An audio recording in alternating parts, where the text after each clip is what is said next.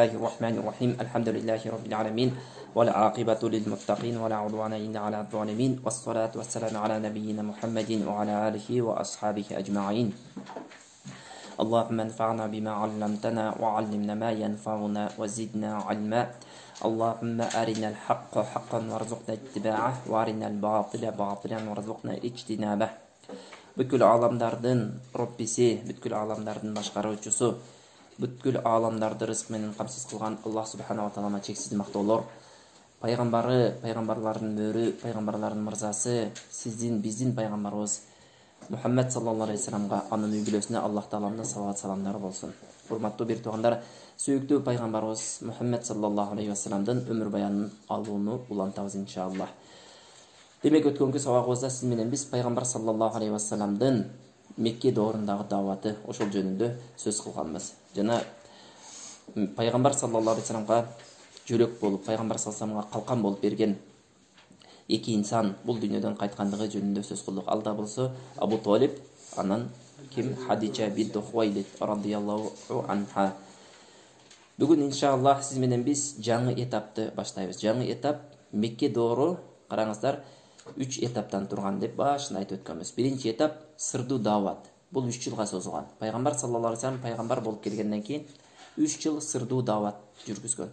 3 жылдын ичинде бир топ сахабалар динге келген. Андан кийин пайгамбар саллаллаху алейхи вассалам 3 жылдан кийин Аллах субханала таалам ваңбир аширатакал акрабин, туугандарыңдын баштаган дааватты ошолорду эскерткин деген аят түшкөндөн кийин пайгамбар саллаллаху алейхи вассалам сыртка чыгып, ошол жердеги Сафа тоосуна, Сафа дөңчөсүнө чыгып туруп, бардык урларды чакырып, ошол жерде эскертип, ошол күндөн баштап пайгамбар саллаллаху ачык дааватка кадам таштагандыгы жөнүндө сөз кылдык. Ошентип уланып олтуруп, ушул ачык дааваты пайгамбар саллаллаху алейхи вассаламдын 10-жылга чейин жетип келди.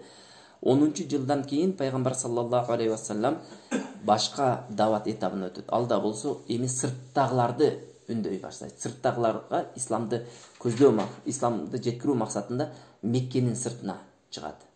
Биринчи пайгамбар саллаллаху алейхи вассаламдын ушул Меккенин сыртында башка элге, башка журтка даават кылуусу бул Таиф шаарынан башталат. Таиф шаары бул Меккеден 60 миль деп коет, 110 километр алыстыкта жайгашкан, түштүк Меккенин түштүк тарабын, түштүк чыгыш тарабына жайгашкан бир шаар. Бүгүнкү күнгө чейин бар бул шаар. Бул шаар деңиз деңгээлинен бир топ бийиктикте жайгашкан шаар.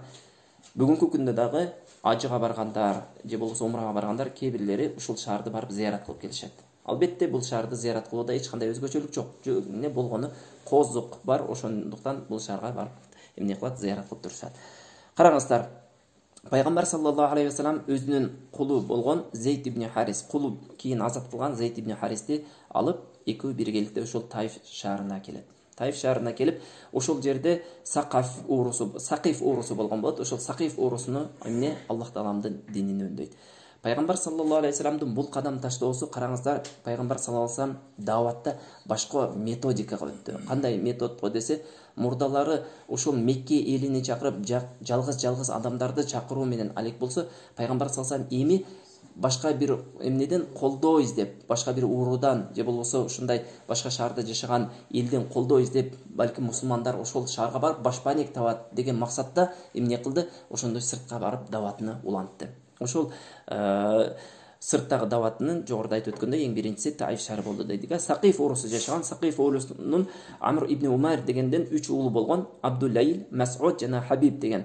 Пайгамбар саллаллаху алейхи вассалам чу дегенде эле ошол үчөөнөн баштады дааватыны, барып үчөөнө тең эмне Аллах тааламдын жалгыздуулугун жеткизди. Жана Аллах таалам пайгамбарды өзүнү пайгамбар кылып жөнөткөндүгүн жеткизип даават кылды. Бирок эмне болду? Алар пайгамбар саллаллаху алейхи вассаламдын дааватына жооп берген жок. Тактап айтканда, пайгамбар саллаллаху алейхи вассалам алып келген динди кабыл алган жок.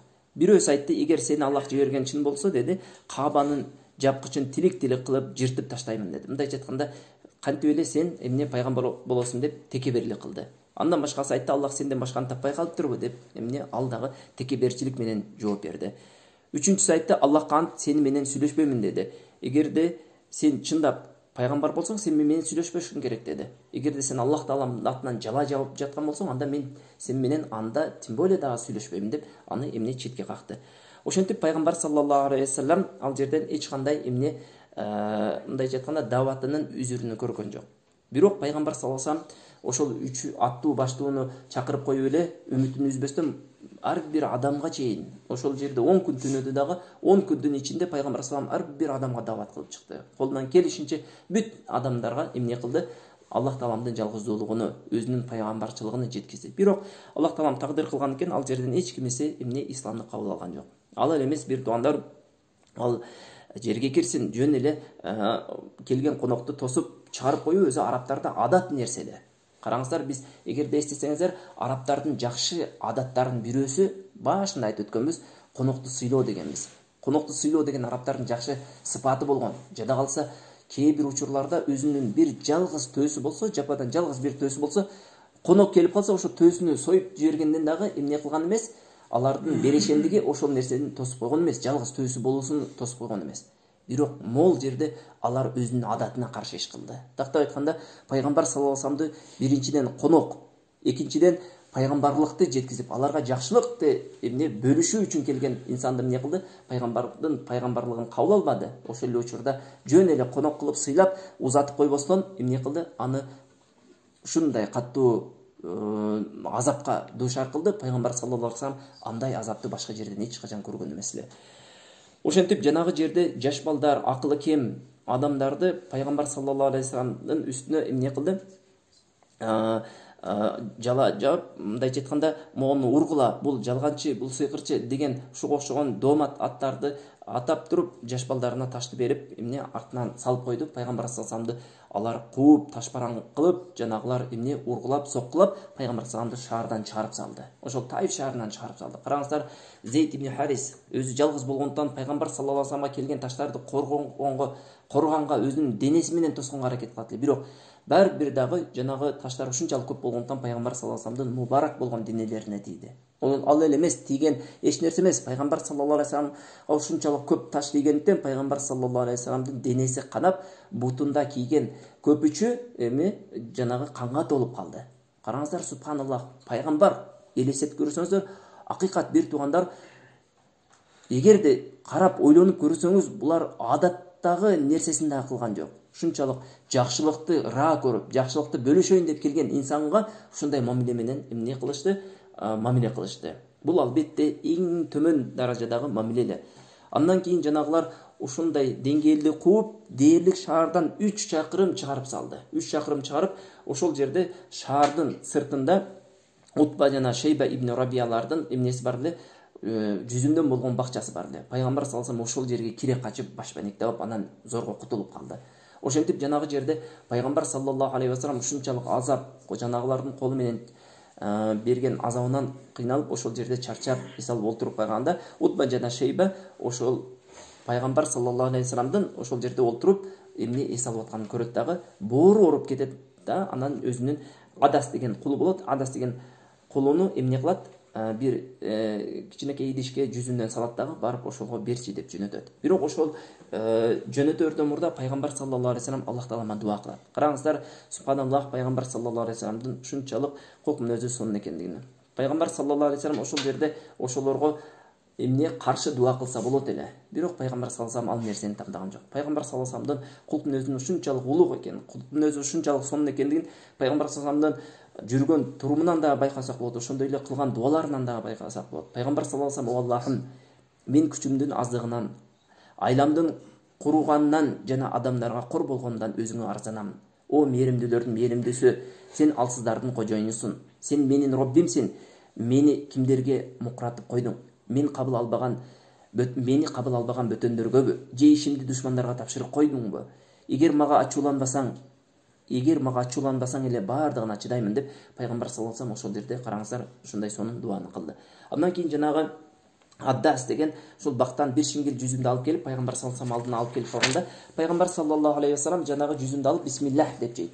Аддас ошол жерде Нинава деген шаардан келип, ошол христиан динин тутунган болот. Караңыздар, Тарса динин тутунуп, ошол жерде эч бир араб бисмиллах деп жегенни көргөн эмес, күбө болгон эмес.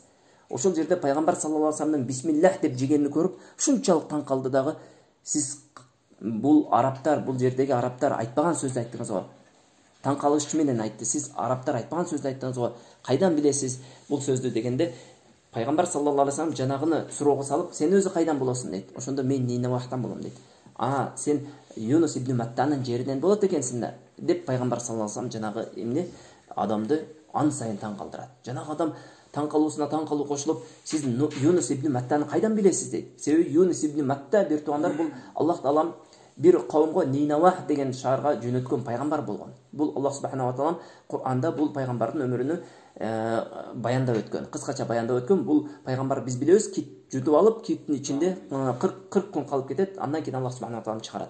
Андан кийин жападан жалгыз Кур'анда өмүр баяны баяндалып, ошол пайгамбарды толугу менен элди ээрчиген пайгамбар Юнус ибн Матта болгон. Эли толугу менен кийин ээрчийт.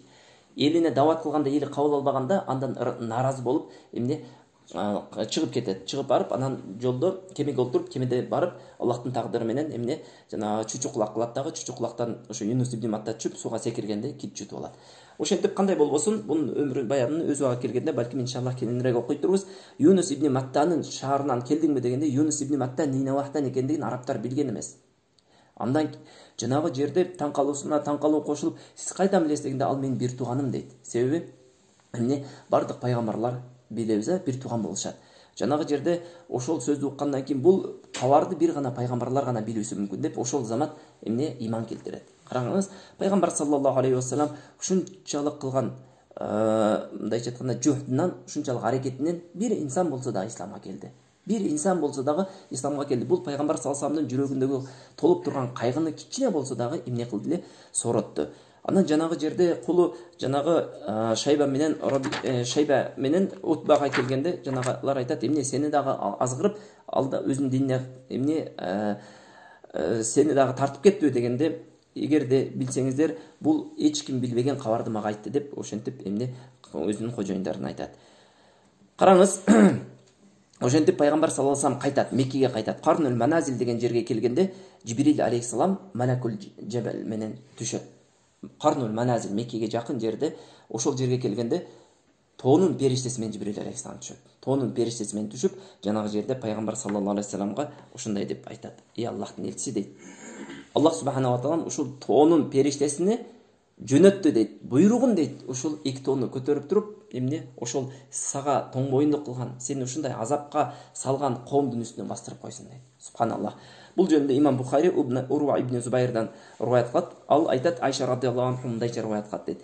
Пайгамбар саллаллаху алейхи вассаламдан Айша небиз сурап атат, пайгамбар саллаллаху алейхи вассаламга: "Башыңызга Ухуд күнүнөн дагы оор күн түштү беле?" деп пайгамбар саллаллаху алейхи вассаламга сураганда, албетте бул убакта Айша небиз эмне жок эле. Айша небиз пайгамбар саллаллаху алейхи вассаламга турмушка чыга эле.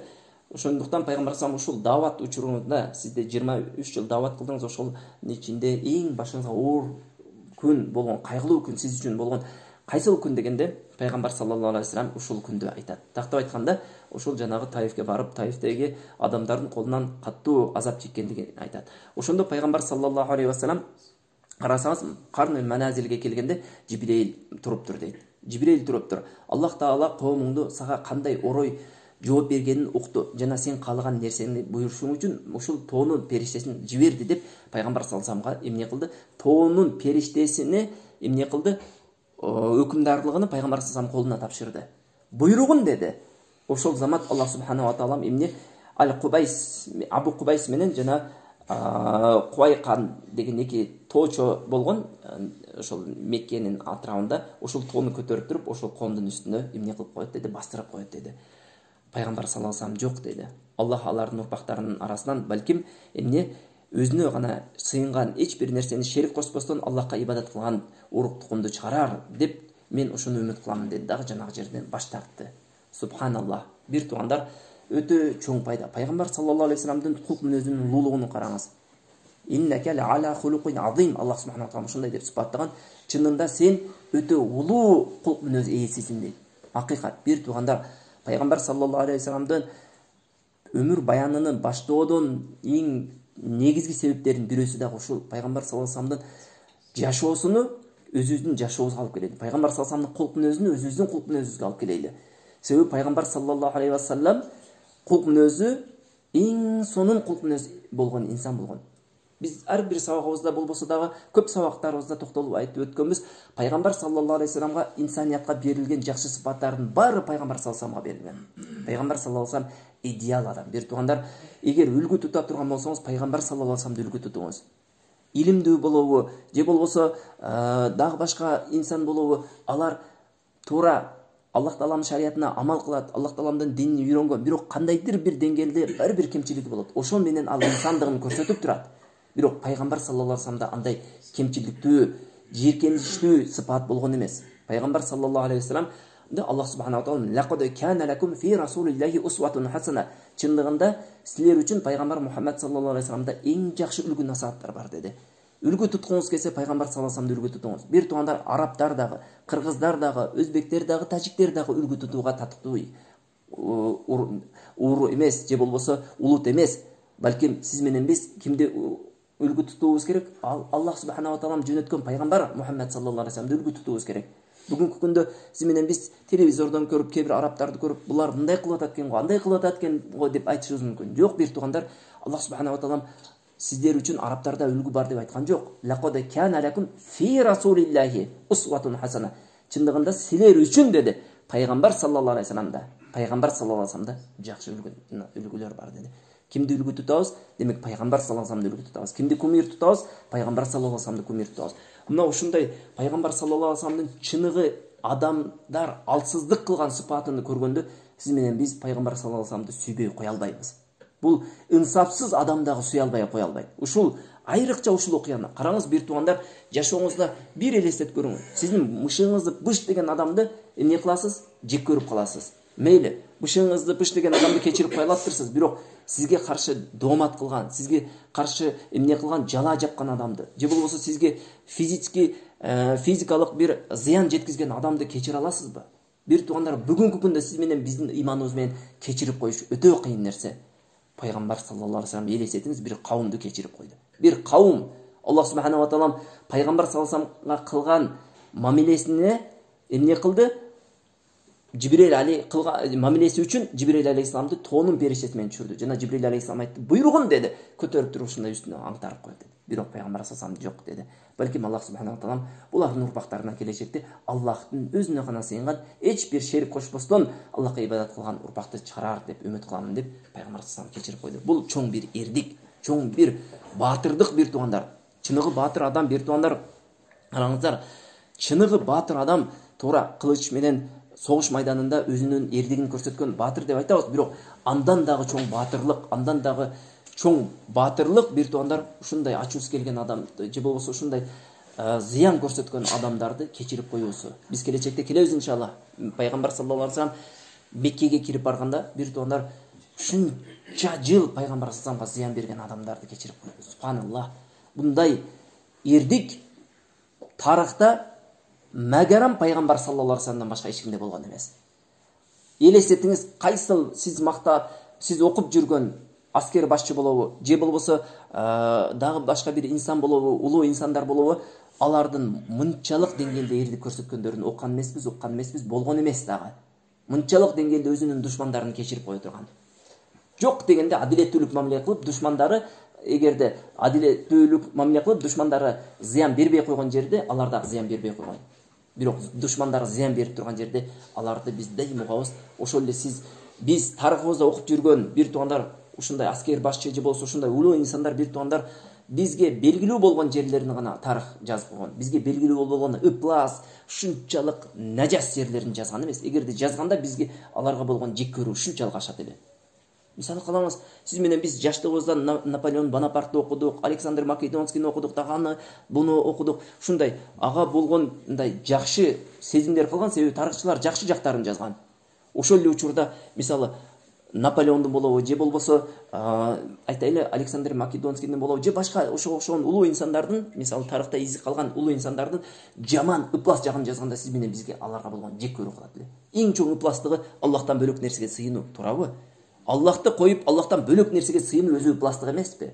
Мен алардын зынаасын айтпай эле коюн, алардын кылган жердин үстүндөгү бузуклуктарын айтпай эле коюн, алардын жердин үстүндө канчалаган аеосуз адамдарды кырып жибергенин айтпай эле коюн. Эми субханаллах, пайгамбар саллаллаху алейхи вассаламдан ушул сыпаттардын бирөөсүн да таппайбыз. Себеби пайгамбар саллаллаху алейхи андай инсан болгон эмес. Пайгамбар саллаллаху алейхи бардык тараптан инсаниятка үлгү болгон инсан болгон. Биз мурдагы сабактарыбызда да айтканбыз. Ата болгонга келсе, пайгамбар саллаллаху алейхи үлгү туткула, себеби пайгамбар саллаллаху алейхи эң сонун ата болгон. Күйөө болгонга келсе, пайгамбар саллаллаху алейхи күйөөдө үлгү туткула. Пайгамбар саллаллаху алейхи 12 аялга күйөө болуп берген. Пайгамбар саллаллаху алейхи аскер согушта үлгү тутканга келсе, пайгамбар саллаллаху алейхи эң күчтүү батыр болгон. Пайгамбар саллаллаху алейхи түнкү намазда үлгү тутканга келсе, пайгамбар саллаллаху алейхи үлгү туткула, себеби пайгамбар саллаллаху алейхи буттар ишип кеткенче намаз окуган. Кур'ан окууда, зикир кылууда жана ушуга окшогон адам баласынын бардык тармагында пайгамбар саллаллаху алейхи үлгү туткула бир туугандар. Себеби пайгамбар саллаллаху алейхи идеал болгон, пайгамбар саллаллаху алейхи кемчилик сыпат болгон эмес. Андан кийин пайгамбар саллаллаху алейхи вассалам ошентип жанагы жерден жылып олтуруп, анан эмне болот? Дагы бир окуяга туш болот. Ал окуя жиндердин пайгамбар саллаллаху алейхи окуган Кур'анын угуп туруп исламды кабыл алуусу. Ал жөнүндө Аллах субханаху ва таала Кур'анда 2 жерде баяндаган, Ахкаф сүрөсүндө, андан кийин Жин сүрөсүндө. Караңыз, эгерде окуй турган болсоңуз, Жин сүрөсүнүн 1-аятынан баштап 15-аятка чейин Аллах субханаху ва таала ошол жөнүндө баяндайт. Жиндердин исламды кабыл алгандыгы жөнүндө. Андан кийин жиндер мурдалары башкача ойдо жүрүп, кийин исламды кабыл алгандан кийин такыр башка ойго келгендиги жөнүндө Аллах субханаху ва таала баяндайт. Кандай болбосун, пайгамбар саллаллаху алейхи вассалам бул жөнүндө билбейт, Аллах субханаху ва таала аят түшүрмөйүнчө. Аллах субханаху ва таала аят түшүргөндөн кийин, андан кийин эмне болот? Пайгамбар саллаллаху алейхи вассалам жиндердин исламды кабыл алгандыгы жөнүндө эмне кабардар болот. Пайгамбар саллаллаху алейхи вассалам, караңыз, бул нерсе менен бир эле инсаниятка эмес, жиндерге дагы пайгамбар кылып жөнөтүлгөн эмне? Пайгамбар эле.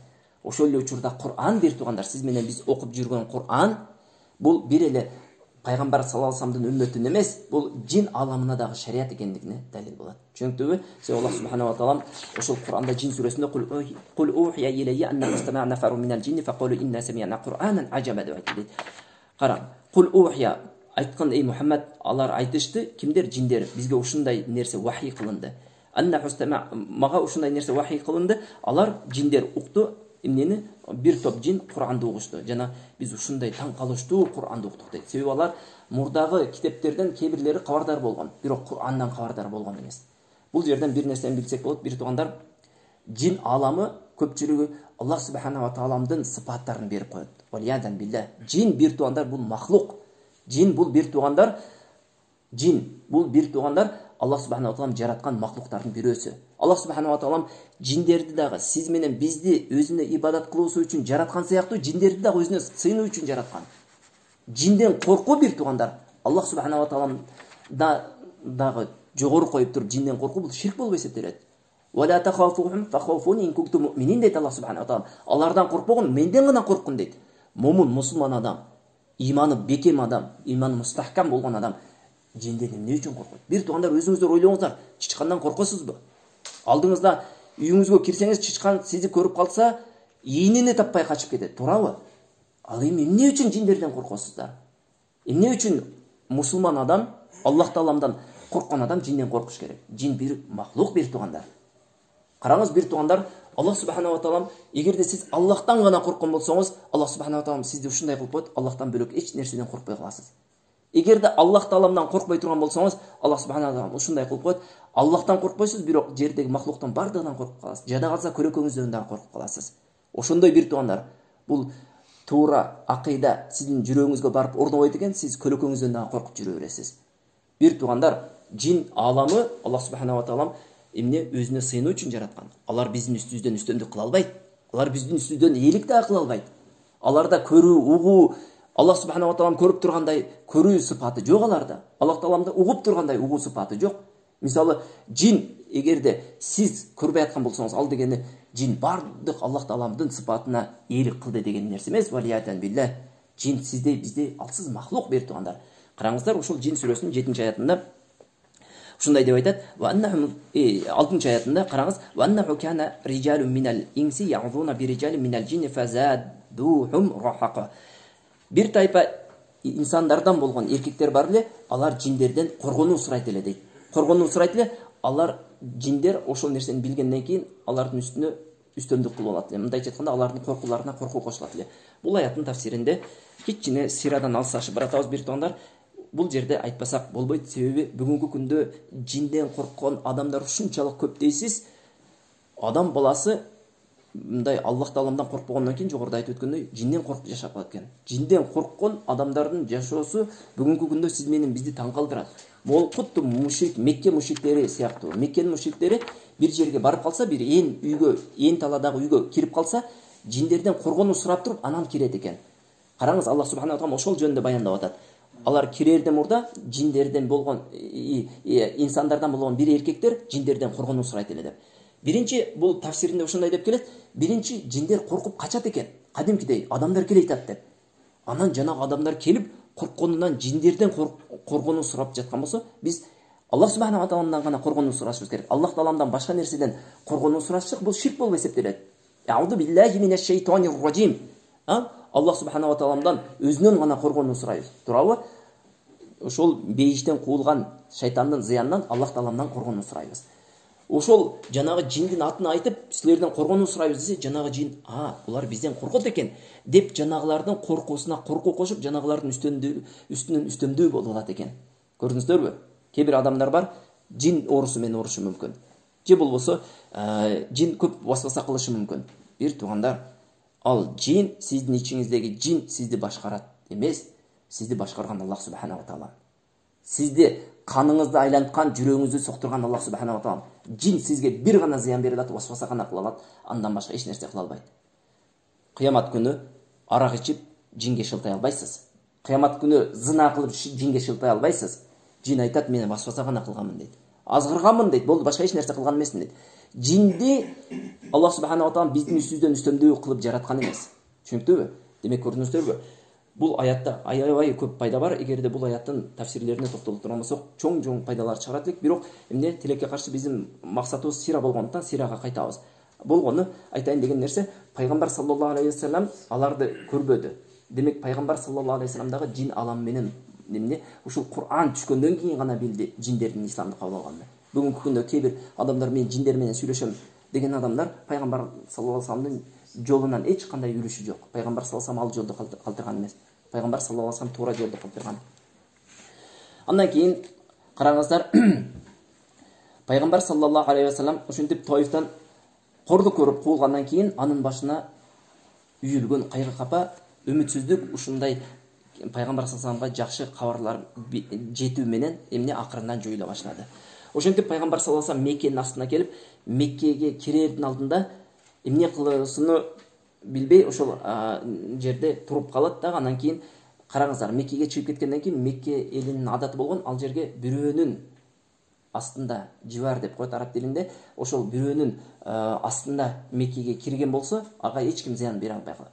Эч ким зыян бере албайт. Эгерде өзүнөн өзү кирип барган болсо, ошол Мекке мушриктери пайгамбар саллаллаху алейхи ва салламга зыян берүү бул күтүлгөн ыхтимал күтүлгөн нерселер. Себеби пайгамбар саллаллаху алейхи ва салламдын жанагы калкан болуп турган абасы жок эле. Пайгамбар саллаллаху алейхи ва салламды жада калса өлтүргөнгө чейин барышы мүмкүн. Бирок пайгамбар саллаллаху алейхи ва саллям ошол нерсени билип туруп, ошол бирөө аны ошондой живарга алуусу үчүн адамдарды эмне адамдарга өзүнүн адамын жөнөтөт. Биринчи Ахнас ибн Шурайхка жөнөтөт. Ахнас ибн Шурайх айтат, мени кепилдигиңе алып, мени Меккеге алып кирип кой десе, ал айтат, мен ошол Курайш эли менен келишимим бар деди. Мен Курайш эли менен союзник болгон үчүн бул нерсени кыла албайм. Себеби союзник болгондон кийин бул нерсе эмне менин мойнумдан кетип калган дейт. Андан кийин Сухайл ибн Амрга жетет. Сухайл ибн Амр дагы пайгамбар саллаллаху алейхи ва салламдын бул суннатын четке кагат. Андан кийин Мут'им ибн Адиге жөнөткөндө, Мут'им ибн Ади пайгамбар саллаллаху алейхи ва салламды өзү мушрик болуусуна карабастан пайгамбар саллаллаху алейхи ва саллам ушул сунушуну кабыл алат дагы. Караңыз, өзүнүн желдеттерине, жан жөкөрлөрүн чогултуп туруп, анан куралдандырып туруп пайгамбар саллаллаху алейхи ва салламдын алдына келет дагы. Пайгамбар саллаллаху алейхи ва салламды эмне ошол мындайча айтканда жанагы курчап Меккенин ичине алып кирип коет. Ошол жерде пайгамбар саллаллаху алейхи ва саллям 2 рекет намаз окуп, анан жанагы жерде Мут'им ибн Ади ушундай деп айтат: мен бул инсанды коргоого алдым. Эч кимин бул менен эмне буга зыяндык бербегиле. Кимде ким зыян бере турган болсо, мен эмне алар менен согушам дейт.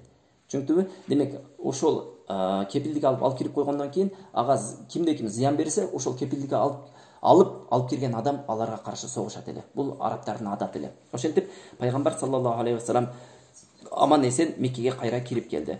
Жанагы жерде Абу Жахил ушунчалык таң калганынан, Мут'им дейт, сен эмне буну динини кабыл алдыңбы же болгону коргоого алдыңбы дейт. Ошондо Мутайим айтат, мен буну коргоо менен алдым, буну динини кабыл алган жокмун дейт. Караңыздар, пайгамбар саллаллаху алейхи вассалам жогоруда айткандай жакшылыкты жакшылык менен кайтарган инсан болгон. Бир тугандар, пайгамбар саллаллаху алейхи вассаламды мушриктер тарабынан дагы жакшылык көрсө, ошол жакшылыкты жакшылык менен кайтарган. Эң ачынарлуусу бүгүнкү күндө сиз менен биздин эң чоң катабыз бул ар бирибизде болсо керек. Мусулман тарабынан жакшылык көрсөк, ал жакшылыкты унутуп калабыз. Пайгамбар саллаллаху алейхи вассалам маруфан факафиу, ким жакшылык кылган болсо, аны жакшылыгын жакшылык менен кайтаргыла деген. Бирок ошол хадиске пайгамбар саллаллаху алейхи вассалам өзү эң биринчи амал кылган.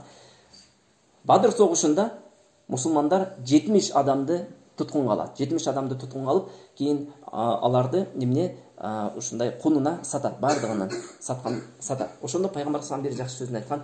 Эгерде Мутайим ибн Ади ал убакка чейин өлүп кеткен, Мутайим ибн Ади келип туруп ушулардын бардыгын бошотуусун сураганда мен бошотуп жиберетем дейт. Ал деген Мутайим ибн Ади келип ушундай кылган жакшылыгы себептүү дейт. Мени Меккеге киргизип койгон ушундай чоң жакшылык кылган дейт. Эми менден ошонун эвазына дейт, ошонун ордуна дейт, ушул жакшылыкты өзү үчүн жакшылык деп билген мушриктерди коюп жиберүүнү талап кылса, мен аны коюп жиберет элем дейт. Бирок ал уже бул убакта Бадыр согушунда өлүп кеткен эле.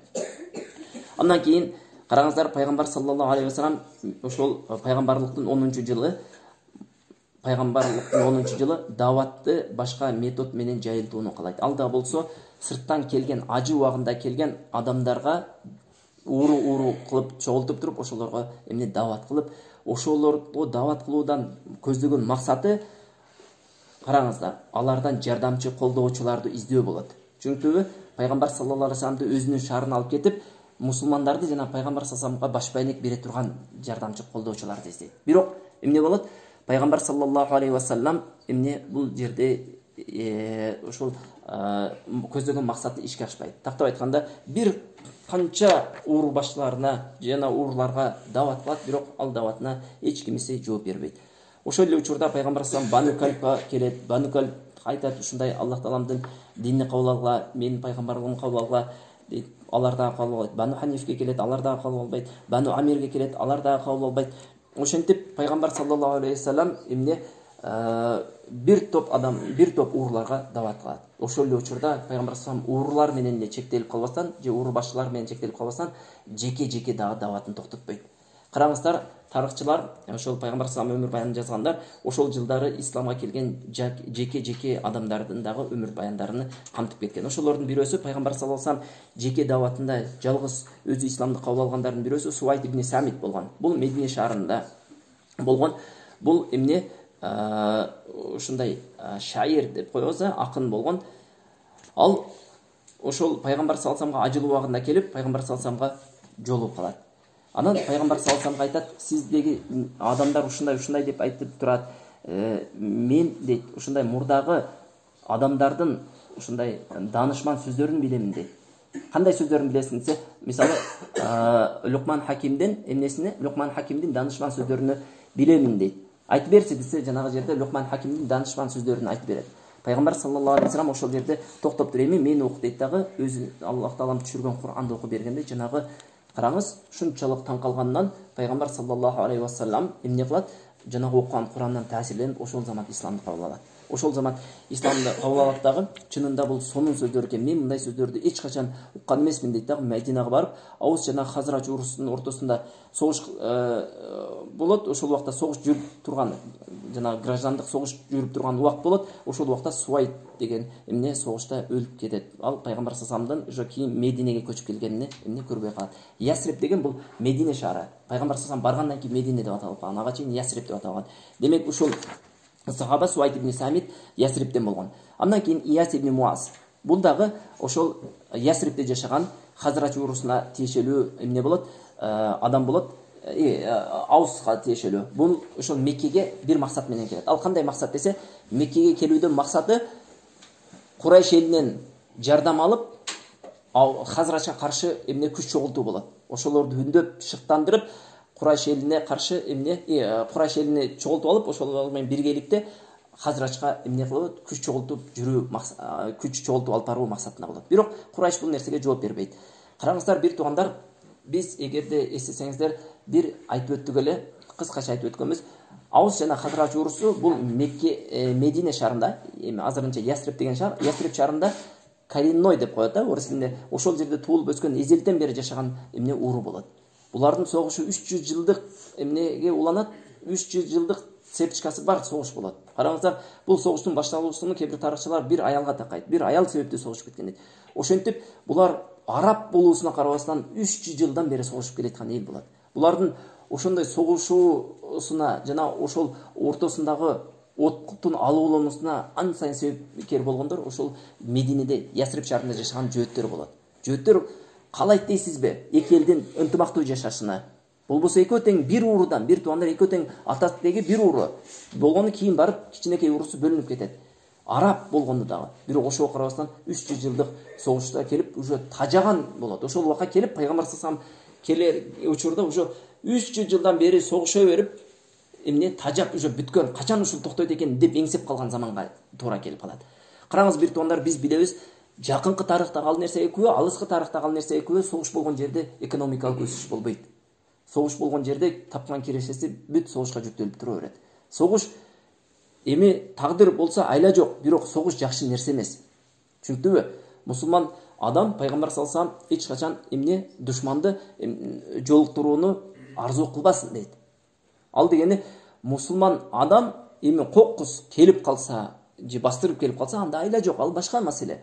А бирок жанагы согушууну каалап, жөндөн жөн уктап аткан аюуну барып ойготуп, ызычуу кылып, анан аюудан качкандын эч кандай эмне мусулманга пайдасы жок. Түшүндүңбү?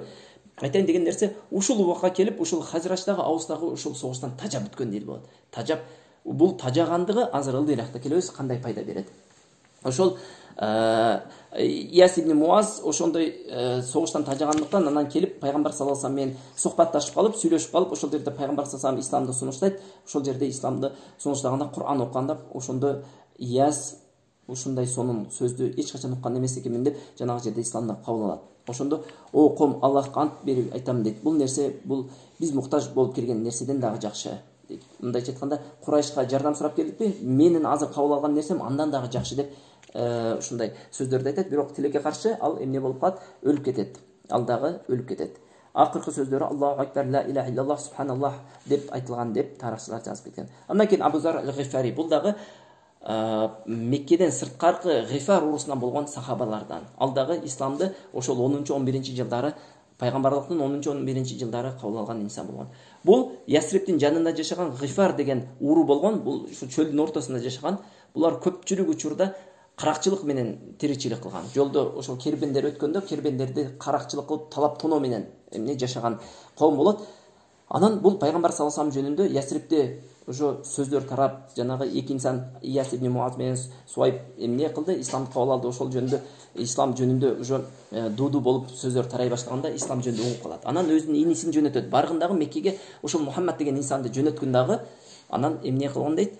Ошол жөнүндө кабар алып келген дейт. Бирок инеси өзү канаттандырарлык деңгээлде маалымат алып келбейт. Анан жанагы жерде чыдабайт дагы, жок, мен өзүм барам дейт. Анан өзү барып жанагы жерде Меккеде туруп калат. Караңыз, Меккеде туруп калып, бир ай жашап калат. Бир ай. Бир гана замзам суусун ичет. Замзам суусун ичип, жана калса ушундай деп айтат, өзү айтат, замзам суусун ичип жүрүп семирип кеттим дейт. Замзам суусун ичип жүрүп семирип кеттим дейт. Замзам суусун ичип тамак жеген эмеспи? Жок, тамак жеген эмес. Замзам суусу бир туугандар пайгамбар саллаллаху алейхи вассалам эмне деген? Лима шуриба лаху деген. Эмне максатта ичсең, ошол нерсени эмне мындайча айтканда, ошол максатыңа жетесиң деген. Караңыз, замзам суусу азык деп ичсеңиз азык болот, суусундугуңузду кандырыш үчүн ичсеңиз суусундук болот. Бул Аллах таалам ушундай берген мужиза суу. Көрдүңүзбү? Семирип кеттим дейт. Адатта суу ичип жүргөн адам эмне болот? Семирип кетпейт эч качан. Бирок замзамдын ушундай эмнеси бар, өзгөчөлүгү бар. Ошентип терезени ачып койгонго мүмкүнчүлүк барбы? Адамдар үйдө уктап аткан уйкусуну бул жерде уктай баштады. Азыр коңгурт тартып жетпесин. Караңыздар, бир туугандар, шайтан базарда отурсак эч бизди азгырбайт да. Телевизор көрүп турган учурда азгырбайт. Бирөө менен сүйлөшүп атканда, бекер сөздөр сүйлөшүп атканда эч азгырбайт да. Эң таң калыштуусу ушундай жакшы сабак болгондо, сиз менен бизге бул дүйнө жана акыретибизге пайда болгон сабакка келгенде шайтан ушунчалык каттуу иштейт да. Ошон үчүн сиздер шайтанга алдырып, өзүңүздүн алсыздыгыңызды көрсөтүп олтурбастан шайтанга мүмкүнчүлүк болушунча каттуу тирешиңиз, эң аягына чейин күрөшүңүз. Күрөшүңүз, алдырбаңыз шайтанга. Сиздин илимди алып, ошол илим менен маалымат менен азыктанууңузду каалабайт. Шайтан сизден бир эле нерсени каалайт, өзү менен түбөлүктүү тозок алып кирип кетүүсүн каалайт. Негизги максаты ошол.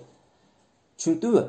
Эми сиз ошол шайтанга азгырылып, кичине эле укта деп кулагыңызга шыбырап койсо, жакшынакай болуп уктап атасыз. Көп маалыматтардан калып кетип атасыз. Жок, бир туугандар, күрөшүңүз. Ошентип жанагы жерде Абу Зар аль-Гифари радиаллаху анху, эми ага чейин пайгамбар сахаба болгон эмес, анан жанагы жерде Алини жолуктуруп калат. Bir aydan keyin Alini жолуктуруп калат да, анан Али радиаллаху анху, сиз көптөн бери ушул жерде жүрөсүз, мусапырсыз бе? Мусапырмын дейт, өзүнүн максатын айтып. Себеби пайгамбар саллаллаху алейхи вассалам менен жолугууну каалайт. Анан ким мусулман эмес экенин да ажырата албайт да ал жерде. Анан Али радиаллаху анхунун үйүнө барып бир күн түнөйт. Түнөгөндөн кийин анан эртеси келип кайра эле ошол Меккеде жүргөндө эртеси дагы Али радиаллаху анху жолуктуруп калат. Анан ушундай жолуктуруп, анан барып үйүнө алып барып конок кылып сыйлап турган учурда айтат, мен ушундай пайгамбар деген бирөө өзүнүн пайгамбармын дептир, ошону мен көрүшкөнү келдим дегенде, өтө сонун учурга туш келдиңиз, мен азыр ошол инсанга барайын деп турганмын дейт Али радиаллаху анху. Анан барып ошол жерде пайгамбар саллаллаху алейхи вассалам менен эмне кылат, сухбат кылып, сүйлөшүп, анан ошол заматта исламды кабыл алат. Анан ошол жерде пайгамбар саллаллаху алейхи вассалам, эми бул исламды сыр туткун, себеби Меккенин мушриктери зыян берип коюшу мүмкүн дейт. Анан кайтып бул акыйкат динди мен сыр тутамын дейт да. Анан Меккенин ортосуна, так ортосуна чыгат да, Каба турган жерге чыгат да. Анан элдер дейт, эл журт дейт, эмне десе, мен исламды кабыл алдым. Ашхаду ан ла илаха иллаллах ва ашхаду анна Мухаммадан абдуху ва расулуху дейт. Жанагы жерде элдер талкалап, бети башын көгала кылып уруп салат. Ушунчалык деңгээлде уруп салганда Аббас радиаллаху анху чуркап келет дагы, ей сиздер билесиздерби дейт, кимди уруп атканыңыздарды дейт. Билесиздерби, эртең бул инсанга бир нерсе болсо, эртең Гыйфардын алдында жооп бересиздер. Сиздердин кербениңиздер каалайсызбы, каалабайсызбы, Гыйфардын ошол ууру жашаган жолдон өтөт. Анан көрөсүздөр, ошол жерде эсептешет деп анан куткарып калат. Эртеси дагы чыгат, көгала болушуна карабастан дагы чыгып, дагы ошол сөздү айтат, дагы деле калтакчыйт. Анан ошентип анан кийин өзүнүн айылына кайтып кетет. Ошол жеке инсандардан пайгамбар саллаллаху оозунан, пайгамбар саллаллаху колунан исламды кабыл алган бирөөсү Туфайл ибн Амр ад-Дауси болот. Туфайл ибн Амр ад-Дауси бул Йемен тарапта жашаган Даус урусунан болот. Караңыздар, Йемен тарапта ал убакта ислам тарай эле келе. Азыр биз пайгамбарлыктын 10-жылында жүрөбүз. Ислам ал убакта Йеменге жете эле келе. Бирок кандайдыр бир деңгээлде маалыматтар, кабарлар жете баштаган эле. Туфайл ибн Амр ад-Дауси ошондой Меккеге ажылык үчүн келгенде, буну Мекке мушриктери билет. Бир чоң бир уурунун башчысы экенин. Башчысы экенин билгендиктен анан жанагы жерде өтө сонун кылып тосуп алат. Эң жакшынакай колунан келишинче сый менен урматтап, сыйлап, анан жанагы жерде эмне кулактарына куят. Бизде ушундай Мухаммад деген бир сыйкырчы чыккан. Ал ата менен баланы, эне менен кызды бөлүп турат. Эгер аны уккан болсоң, сени дагы эмне кылат? Сыйкырлап салат. Ал канчалаган адамдарды бөлүп дейт, бактысыздык тартуулады дейт. Өзүнүн атасын, бабасын калтырган динден ажыратып атат дейт. Жанагы жерде Туфайл ибн Амр жанагынын сөзүнө таасирленип, ошончо көп адамдардын сөзүнө таасирленип, жада калса айтат, мен кулагыма дейт, пактаны салып алдым дейт, ошол Мухаммадтын сөзүн угуп калып таасирленип кетпейин дейт. Карасаңыз, субханаллах, ушунчалык деңгээлде эмне кылган, жанагылар катуу иштеген. Бир туугандар, кандайдыр бир деңгээлде ошолордун кылган ишине эмнеси натыйжасы болгон. Мекке мушриктери колунан келишинче ислам даватын тосконго аракет кылган. Сарптаган чөнтөгүндөгү нерселерине жана бүткүл мүмкүнчүлүктөрүн жумшаган. Эми караңыз, бир туугандар, бир ушул жерде кыскача пайдага токтолуп өтөбүз. Бир инсанга кулагына келип, бир адам акты кара десе, ошол ак нерсени ак деп билип жүргөн болсо, жанагы жерде жанагы адамда реакция болот. Жок, кантип эле кара болушу мүмкүн, бул ак деп. Экинчи адам келсе, кара десе, алга кичине реакция болушу мүмкүн. Үчүнчү адам, төртүнчү адам, бешинчи адам, алтынчы адам, 10 адам келип кулагына караны ак деп айтып берсе, жанагы жерде эмне болуп калат? Ак нерсе карага айланып калат. Жанагы адамдын көз карашында ак нерсе карага айланып калат. Анан жанагы адам эмне болуп калат? Бул акты көрсөтсөң, бул кара экен деп жүрө берет. Эми караңыздар, бул адам баласынын жашоосунда бар эле нерсе. Бул нерсени ушул жанагы даваттан тосуу, Аллах Тааламдын дининде тосууда ушул нерсени каттуу иштетишкен. Мекке мушриктери дагы, жана андан кийинкилер дагы, бүгүнкү күндө мушриктер дагы, кыямат күнүнө чейин мушриктер, диндин душмандары ушул методду каттуу иштешет. Бүгүнкү күндө карасаңыз, СМИ деп коебуз, массалык маалымат каражаттары, ММК деп коебуз. Эмне дейсиз? Бир телевидениядан чыгып ак ташты кара десе, экинчи телевидениядан чыгып дагы ак ташты кара деп турган болсо, дагы бирөөсүнөн чыгып ошентип акты кара дейт айта бере турган болсо, аягында эмне болот? Жанагы көрүп ошол телевидениянын көргөн адамдарда ушундай түшүнүк, ушундай эмне маалымат кирип калат, акты кара деп калат. Анан ошол коомчулукта акты кара экен деп жүрө берет. Бир туугандар, эң чоң оору бүгүнкү күндөгү сиз менен бизде эң чоң оору ошол эмне мушиттердин ушул капканына түшүп калганыбыз. Сиз менен биз диндин душмандары ак деген нерсени ак дейбиз, кара деген нерсени кара дейбиз. Диндин душмандары бизге бир очкини кийгизип койгон, ал очки акты кара кылып, караны ак кылып да көрсөтүп коюш ушундай немесине ээ, мүмкүнчүлүгүнө ээ. Ошол очкини тагып алганбыз дагы, ошол очкинин артынан акпак нерсе дагы кара көрүнүп турса, ошол кара экен деп жүрө беребиз. Эң ачык ушул нерседен өлүп кеткенибиз андан дагы жаман. Аллах таалам хидаят берип, ошол акты ак деп билип калсак жакшы нерсе. А билбей өлүп кеткендер канча болуп атат. Көрдүңүздөрбү? Айтайын деген нерсе, диндин душмандары ушул методду, динден тосуу үчүн ушул методду бүгүнкү күнгө чейин иштетип келет. Карасаңыз, жакшынакай атты өткөндө айтып өттүк, жакшынакай атты жаман ат менен атап коет. Эскичилик, мисалы, дин илимини үйрөнүүнү эскичилик деп коет. Туурабы? Ал эми мисалы, батыш маданиятын үйрөнүүнү бул эмне маданият деп айтат. Чыныгы маданият деп айтат. Субханаллах, бир туугандар, эң ачынарлуу нерсе ошол батыш өлкөлөрүнүн чириген, ириген маданияты бүгүнкү күндө сиз менен бизде ушундай жөн кирип келеткандыгы ачындырат, бир туугандар. Ушундай ачындырат.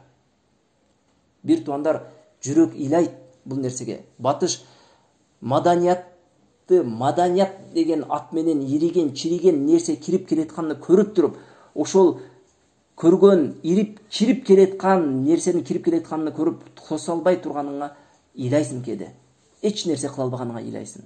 Бир туугандар, карасаңыз, бүгүн сиз менен биз ЛГБТны, сиз менен биз ушул жерде олтургандар ЛГБТны жаман деп билген учурда жашап турабыз. Бирок эгер ушул темпте кете турган болсо, бир убакыт келет, балким биздин урпактар же болбосо биз дагы ошол нерсени көрүп калаттырбыз. ЛГБТ эмне бул той болуп тур дейт. Тойго чакыруу кат келет. Ким десең, Эшмат Ташматка үйлөнүптүр дейт. Бозогүл Жармагүлгө тийиптир дейт. Келет бул, бир туугандар, ириген, чириген ушундай эмнеси, алардын маданияты бизге ушундай кирип келатат. Бүгүнкү күндө сиз менен биздин арабызда каптап басып келатат. Сиз менен биздин ушул нерсени көрүп туруп ончукпай отурганыбыз ачындырат. Караңыз, бир туугандар, кече жакында болгон нерсе, бул сыйрага эч кандай байланышы жок. Болгону бул нерсени жанагы сөз келгенде айтпасаң атасы өлөт дейт. Бизде голубойлук деген шариятыбызда чоң күнөө. Ата бабаларыбызда дээрлик болгон эмес, болсо дагы өтө жашыруун түрдө болгон. Бүгүнкү күндө НПОшник деп коет, независимый правозащитники дегендер эмне кирип ошолорду каржылап, бүгүнкү күндө ушунчалык рывач алып турган учуру. 2010-жылы ошол НПОшниктердин бирөөсү менен жолугуп, ошол бир маалыматты бердилер. Бул маалымат аларда сыр сакталат, бирок ал ишенген үчүн айткан. Ошто 500 адам катталган деген. Ошто 500 адам. Жалал Абадта дээрлик жок деген, голубойлор деген. Эркек-эркекке кошулуп жүргөндөр. Алар кадимгидей акча каржыланат, аларга акча берип турат, жана алар эгерде кандайдыр бир деңгээлде кысымга учурай турган болсо, аларды батыш өлкөлөрү же болбосо океандын наркы бетиндеги өлкө алып кетип калат. Ошондой 500 адам эмнеге катталган деп 2010-жылы айткан.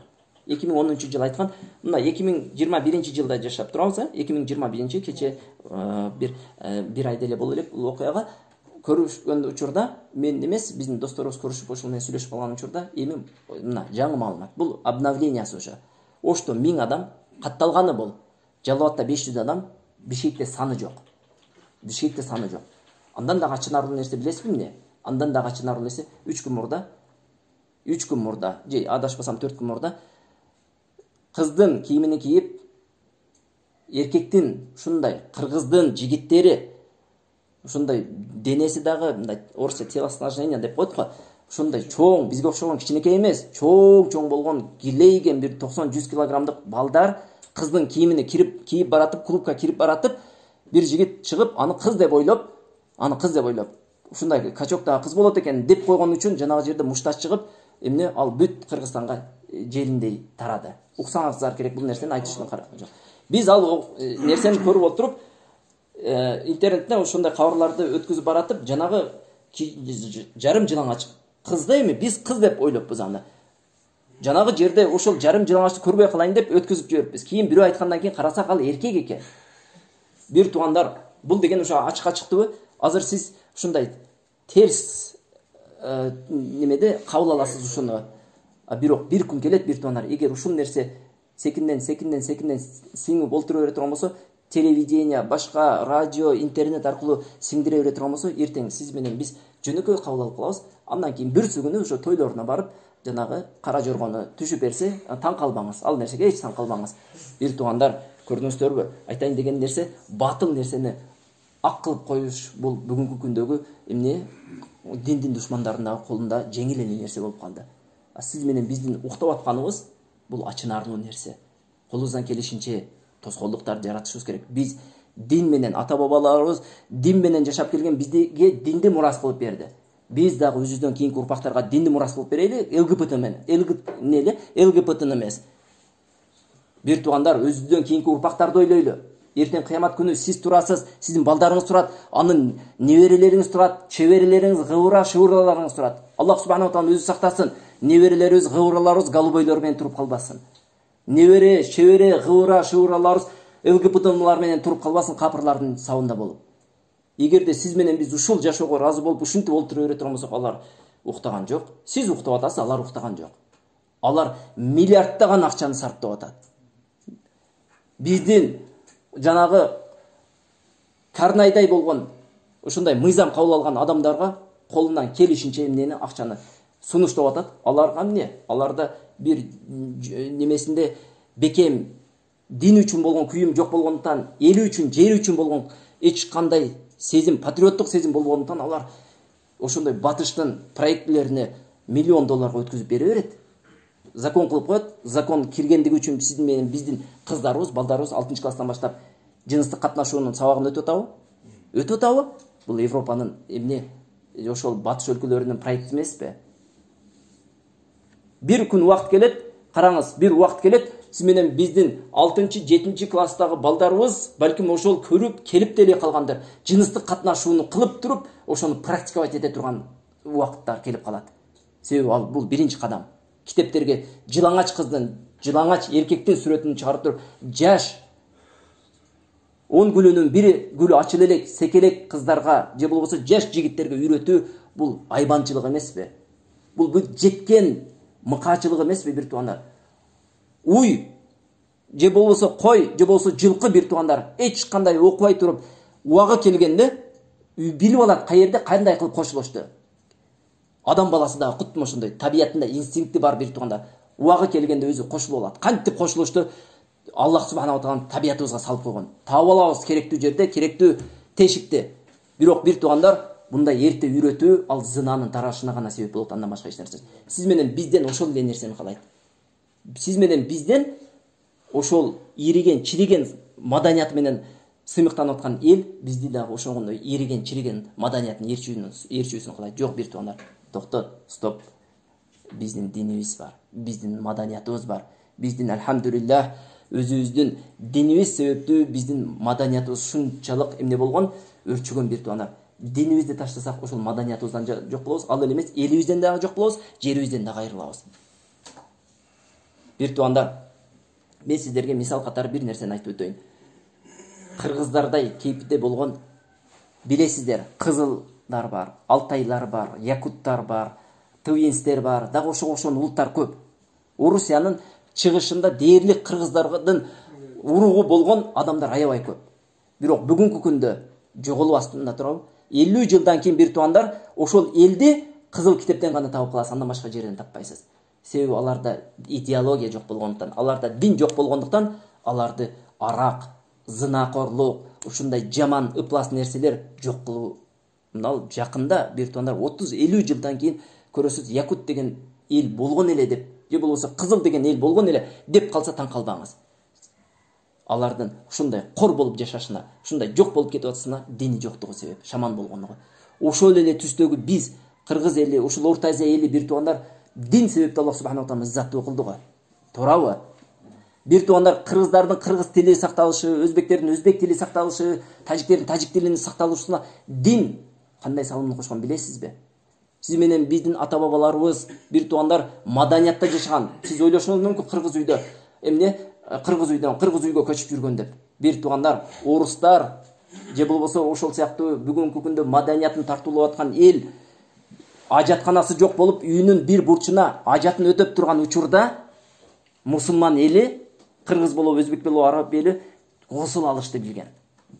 Гусул алышты билген, даарат алышты билген, 5 мал намазына даарат алган. Гусул алган. Бир туугандар, эми кимде маданият? Ошол батыш өлкөсүндөбү же биздеби? Биз ошол маданиятыбыз менен сыймыктанбайбызбы? Ислам дини, бир туугандар, ушул кыргыз эли болобу, өзбек эли болобу, казак эли болобу сакталып, мамлекеттүүлүгүнө алуусуна ушунчалык чоң салымын кошкон. Тилекке каршы бул чындыкты кабыл алгысы келбейт көпчүлүгү. Бир туугандар, ошол эл, жогоруда мисал кылып өткөн эл мамлекеттүүлүгүн ала албай атат. Экинчи, жок болуу астында турат. Үчүнчүдөн, биз өз көзүбүз менен көрүп келгенбиз. Биз Алтай жергесинде да жүрүп келгенбиз. Алтайдын эркектери 30-35 жашка жеткенде уже болду, импотент менен ооруйт. Ал дегени иштебей калат дегени. 30-40 жашта якуттар уже өлөт. Алар эмне үчүн угуп деле калсаңыз керек, эмне үчүн ушул Орто Азия элине алар турмушка көп чыгат деп. Себеби өздөрүнүн эркектеринде жанагы инстинкти талап кылган муктаждыкты кандыра албай атат да өздөрүнүн эркектери. Көрдүңүзбү? Ал дегени урпагы жок болуп кетет дегени. Урпагы жок болуп кетет. Канчалаган ел болгон бир туугандар, динсиз урпак жок болуп кеткен. Азыр биз кызыл китепте гана окуйбуз. Бизди Аллах субхана ва таала динибиз себептүү ызаттады. Динибиз себептүү эмне кылып атат? Ушундай абийирлүү кылды, жана ушундай даңктуу кылды. Эмегерде ушул динибизден кайтып туруп, батыштын маданиятын ээрчий турган болсок, Аллах таалам коркулат бир туугандар. Умар радиаллаху анху сөзү менен гана жыйынтыктайбыз. Умар радиаллаху анху дейт: Аллах субхана биз кор болгон элек, Аллах таалам бизди дин менен ызаттады. Бүгүндөн баштап кимде ким динден башка нерседен ызаттуулук издесе, Аллах таалам коркулат дейт. Кор болот. Батыштын болобу, башка жактын болобу, ошол маданиятын менен сыймыктанып, ардактанып, ошол ызаттуулукка жетет деп айтат болсо, кор болот бир туугандар. Туфайл Даусиге кайтабыз бир туугандар. Албетте кичине темадан алысташып кеттик бир туугандар. Бирок бул айтыла турган сөздөр. Бул азыр балким кичинекей чөйрөдө айтылып атат. Бирок бул кең чөйрөгө чыгыш керек мындай сөздөр. Айтышыбыз керек. Элибизге, жерибизге чындыкты сиз айтпасаңыз, биз айтпасак, алар жогоруда айтып өткөндөй караны ак кылып көрсөтө берсе, ошол ак деп жашап калган заманда жашап атабыз. Бизге окшогон ушундай жүрөгүндө кичине күйдү бар, эл үчүн, жер үчүн, дин үчүн күйгөн адамдар айтпаса ким айтат? Ар бир адам өзүнүн мүмкүнчүлүгүн пайдаланып айтыш керек. Мүмкүнчүлүгүңүз барбы? Фейсбуктан жазганга жазып коюңуз. Дагы кайерде мүмкүнчүлүгүңүз бар? Бир адамга жеткизип коюңуз. Бир адам сиз себептүү динге туура түшүнүк алып, динге эмне түшүп калган болсо, туура маалымат менен сугарып калган болсо, канчалаган сооп аласыз. Туфайл ибн Амр радиаллаху анху ошол жерде, жанагы жерде анан пайгамбар саллаллаху алдына барып, ошол жерде жүрүп, кой эми бир угуп көрөйүнчү, анализ жүрүп көрөйүнчү. Мен акын болсом өзүм, бир элдин башчысы болсом, мени эмне тостурат бул адамдын сөзүн укканга? Акыйкат болсо кабыл алам, акыйкат эмес болсо кабыл албайм дейт. Бир туугандар, көрдүңүздөрбү монун жүргүзгөн анализини? Кандай сонун анализ жүргүзгөн? Бүгүнкү күндө оозу кыйшык болсо дагы байдын уулусу үйлөсүн деген принцип бизге кирип калган. Менин жамаатымдагы шейх сүйлөдү, болду, ошол гана хак. Башка жамаатты деле угуп көрүңүз, Куранды окуп көрүңүз, хадисти окуп көрүңүз. Эмне сизден тоскоолдук болуп атат Куран, хадисти окушуңузга? Караңыздар, кээ бир жамааттар бар, бир туугандар өзүнүн китебинен чыкпайт. Өзүнүн китебинен башка китепке чыгууну алар динден чыгып кетүү деп элестетишет. Бир туугандар, Туфайл ибн Амр караңыз, анализ жүгүрттү, Аллах субхана таала акыйкат дини менен аны эмне кылды? Неаматтады. Жанагы жерде укту дагы заматта исламды кабыл алды. Аллахым, пайгамбар саллаллаху суранды, мага дуа кылгын деди. Мага бир мужиза болсун деди. Пайгамбар саллаллаху дуа кылганда жүзүнө нур чыгып калды. Элдер бул Туфайл пес оорусу менен ооруп атат экен деп айтпасын үчүн, Аллахым ошол нурду камчымдын үстүнө түшүрүп кой деди. Камчынын үстүнөн түшүрүп, анан эмне кылды? Өзүнүн элине, жерине барды. Ошентип аялына кирип барганда эле айтты: "Сен мага адал эмессиң, мен мусулманмын." Атасына айтты: "Сиз мен сүйлөшпөймүн, сиз исламды кабыл алмайынча." Ошентип исламды кабыл алды, атасы дагы, аял дагы. Бирок элинин исламды кабыл алуусу кичине кечиктеди. Хандак согушунда, тактап айтканда, пайгамбар саллаллаху алейхи Мединеге көчүп келгенден кийин Хандак согушу болгон. Ошол согушта анан Даус урусу эмне өзүнүн делегациясын бүт исламды кабыл алдырып жетелеп келет. Ошонун бардыгына Туфайл ибн Амр радыйаллаху анху себеп болот. Сиздерге бир суроо: Туфайл ибн Амрдын жергесинен кайсы сахаба чыккан? Белгилүү сахаба чыккан. Абу Хурайра. Көрдүңүздөрбү? Абу Хурайра ад-Дауси деп айтылат ошончон. Көрдүңүздөрбү? Абу Хурайрага себеп болгон Туфайл ибн Амр. Туфайл ибн Амр өзү хадис риваят кылган эмес деп балким. Бирок риваят кылган үммөттү эмне кылып койду? Себеп болуп калды чыгышына. Көрдүңүздөрбү? Субханаллах. Кээде үмүтсүз болуп калабыз. Мен эмнени гана кылатым деп. Сиз кылыңыз, балким сиз ыхластуу болгон себептен Аллах таалам сизден кийинкини чыгарып коюптур, ошонун бардыгы сизге бара барат. Айта бериңиз, жеткизиңиз. Каракчылар каракчылыгын жеткизүү үчүн уялбай атат. Жиндилер жинделигин жеткизүү үчүн уялбай атат. ЛГБТлар өзүнүн ЛГБТсын жеткизүү үчүн уялбай атат. Сиз акыйкат диниңизди жеткизүү үчүн уяласызбы? Айта бериңиз бир туугандар. Эч эмне кылбаңыз, токтоп калбаңыз. Ошентип пайгамбар саллаллаху алейхи ва саллям дават кылып ушундай бирден адамдар эмне исламга келет. Бирок жалпысынан эмне бир уру исламга келбейт. Пайгамбар саллаллаху алейхи ва саллям ошентип жүрүп 11-жылы, тактап айтканда биздин жыл менен эсептегенде, миладий жыл менен эсептегенде 620-жылы бир окуяга туш болот. Алда болсо ошол Ясриптен келген 6 жигит өзүнчө сүйлөшүп турган учурда пайгамбар саллаллаху алейхи ва салламдын даватына туш болуп калып, пайгамбар саллаллаху алейхи ва саллям исламды сунуштаганда заматта кабыл алат. Алардын исламды кабыл алуусунун себеби, караңыздар, бир себеби ушул болот. Алар жөөттөрдөн ушул нерсени угуп жүргөн. Бизден жакында эң акыркы пайгамбар чыгат. Ошол пайгамбар чыкканда биз силерди жер менен жексен кылабыз, силерди кыйратып жок кылабыз деп коркутуусу себеп болот. Ошол пайгамбар ушул окшойт.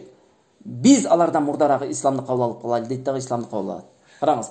Асад ибн Зурара, Ауф ибн Харис, Рафи ибн Малик, Кутба ибн Амир, Уқба ибн Амир, Жабир ибн Абдиллах, ушул сыяктуу 6 сахаба исламды кабыл алат дагы, анан ошолор исламды кабыл алган бойдон Ясрипке жөнөп кетет. Кийинки жылы уже бир делегация болуп келет. Ал кийинки сабагыбызда иншалла токтолобуз. Көрдүңүздөрбү? Барып элине жерине динди жеткизет.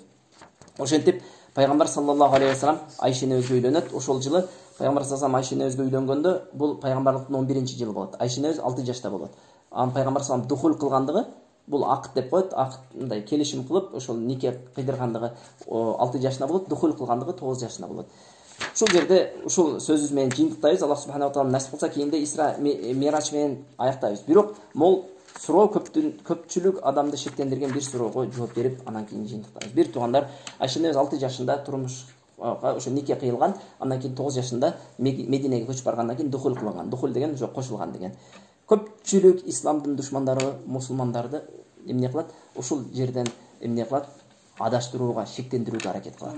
Эң биринчи ушундай деп жооп беребиз. Биринчи, алар Куран жана сүннөттөн, пайгамбар саллаллаху алейхи ва салламга келген Куран жана сүннөттөн эч бир ката таппастан аягы барып, пайгамбар саллаллаху алейхи ва салламдын ушундай личность жашоосуна асылат. Түшүндүңбү? Пайгамбар саллаллаху алейхи ва салламдын личность жашоосуна асылат. Бирок ага дагы жооп бар албетте. Куран жана сүннөттөн ката таппайт, тапкан эмес, таппайт дагы. Бүгүнкү күнгө чейин изилденип жүргөн мустаршиктер болобу, ошол востоковедтер болобу, же болбосо башка диндин душмандары болобу, таппайсыздар. Тапкан эмессиздер, таппайсыздар дагы. Себеби Куранда бири-бирине карама-каршы келген аят жок. Хадис Куранга эч качан каршы келбейт. Себеби экөө тең Аллах тааланын вахий менен болгон. Түшүндүңбү? Экинчи, Айшени өз жаштыгында турмушка чыккан деген суроого токтоло турган болсок, биринчи, пайгамбар саллаллаху алейхи ва саллям Айшени өзү кичинесинен зиректигин жакшы көргөн. Зирек, кичинесинен эле зирек болгон. Ошол эле учурда пайгамбар саллаллаху алейхи ва саллям анын атасын жакшы көргөн, аябай жакшы көргөн. Ал ким? Абу Бакр Сиддик радыйаллаху анху. Ушунчалык катуу жакшы көргөн.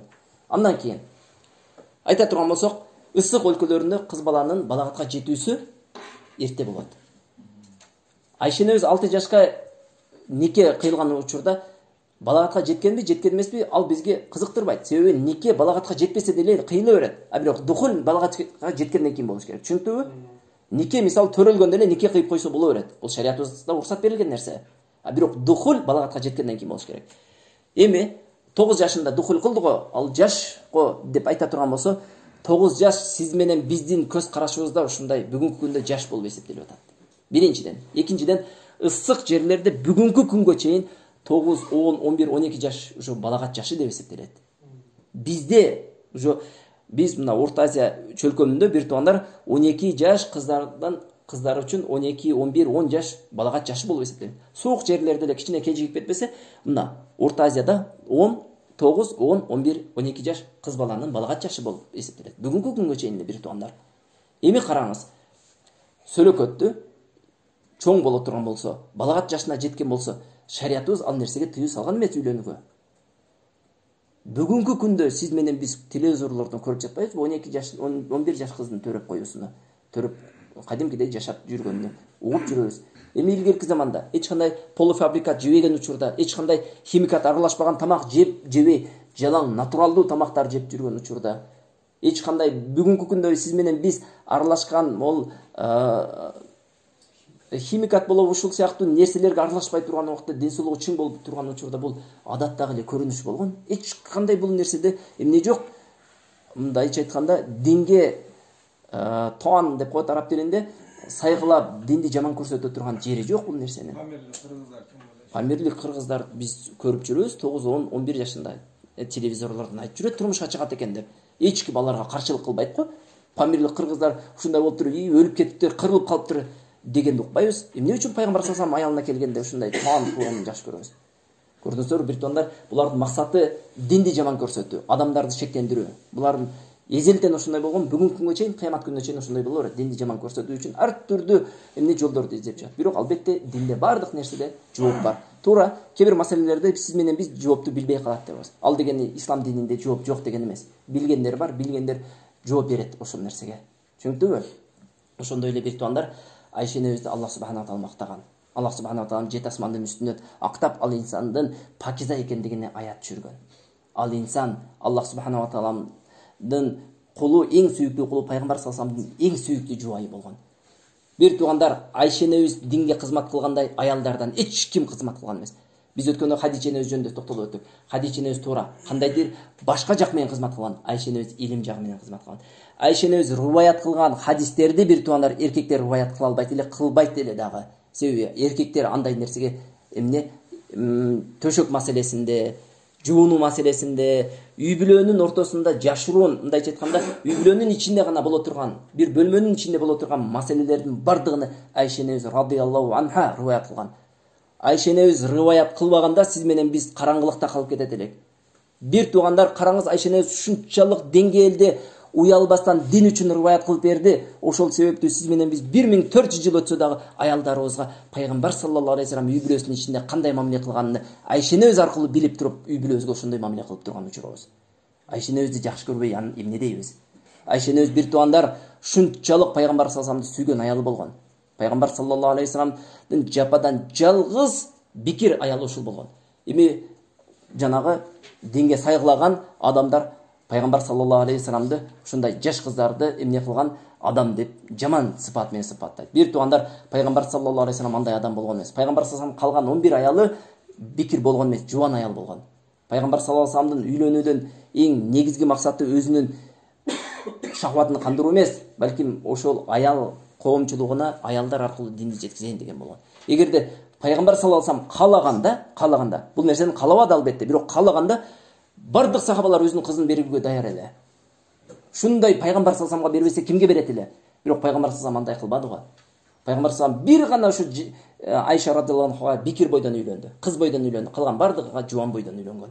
Демек, бул жерде бир тугандар чоң данышмандуулук бар. Албетте бул пайгамбар саллаллаху алейхи ва саллям бул кылган нерседе, ошол эле учурда бир тугандар биз бул нерседен пайгамбар саллаллаху алейхи ва саллямдын ушул кылган 9 жашында духул кылгандан жакшылыкты гана көрөбүз. Момун мусулман адам бул нерседен жакшылыкты гана көрөт. Ал эми капыр, мушрик, диндин душмандары, мунафыктар бул нерседен эмнени эптеп жанагы тукумдан кыр издеген адамдар албетте жок эмес, ошолор эмне кылат? Динди жамандап калгысы келет. Жок бир тугандар, биздин динибиз альхамдулилlah Аллах субхана ва таала түшүргөн дин, бул акыйкат дини, бул дин кыяматка чейин кала турган дин, акыйкат дини болгондон кийин бул динди коргой турган адамдар чыгат. Эгерде аларга бир учурда бирөө жооп бербей турган болсо, ойлобосун ал адамдар, аларга жообу жок экен, суроосунун жообу жок деп, жообу бар албетте. Болгону жооп бере турган адамдар балким азыр жоктур. Аллаху алам. Aqulu qawli hadha astaghfirullah li wa lakum. Subhanakallahumma wa bihamdik wa nashhadu an la ilaha illa anta wa nastaghfiruka wa natubu